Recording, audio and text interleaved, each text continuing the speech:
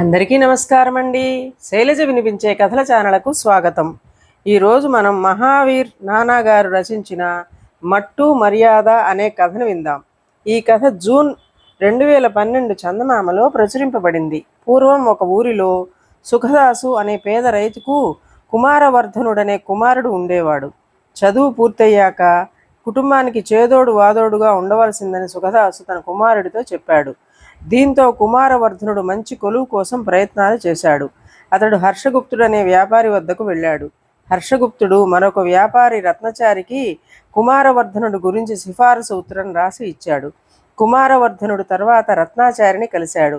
సిఫారసు లేఖ ఉన్నప్పటికీ ప్రయాణం కారణంగా అతడి బట్టలు మురికిగా మారటం, అతడు మాట్లాడే భాష కాస్త మొరటుగా ఉండటం రత్నాచారి గమనించాడు.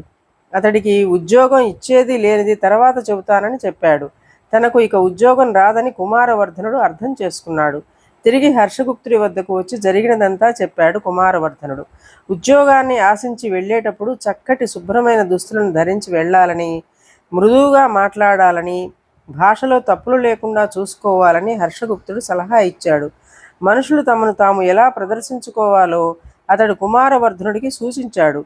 మనిషి మాట్లాడే ప్రతి మాటను ప్రపంచం అంచనా వేస్తూ ఉంటుందని తెలిపాడు. ఈసారి అతడు సుమంగళుడు అనే మరొక వ్యాపారవేత్తకు సిఫారసు ఉత్తరం రాసి ఇచ్చాడు. కుమారవర్ధనుడు తనకు హర్షగుప్తుడు ఇచ్చిన సూచనలను తుచతప్పకుండా పాటించాడు. సుమంగళుడి వద్ద కార్యదర్శి పదవిని సంపాదించాడు కూడా. లోకంలో మర్యాద మన్ననలకు ఉన్న విలువ ఏమిటో అతడు అర్థం చేసుకుని హర్షగుప్తుడికి కృతజ్ఞతలు తెలుపుకున్నాడు. ఇదండి కథ. ఈ కథ మీకు నచ్చినట్లయితే లైక్ చేయండి, షేర్ చేయండి, కామెంట్ చేయండి, సబ్స్క్రైబ్ చేసుకొని నన్ను ఎంకరేజ్ చేయండి. నమస్కారం అండి.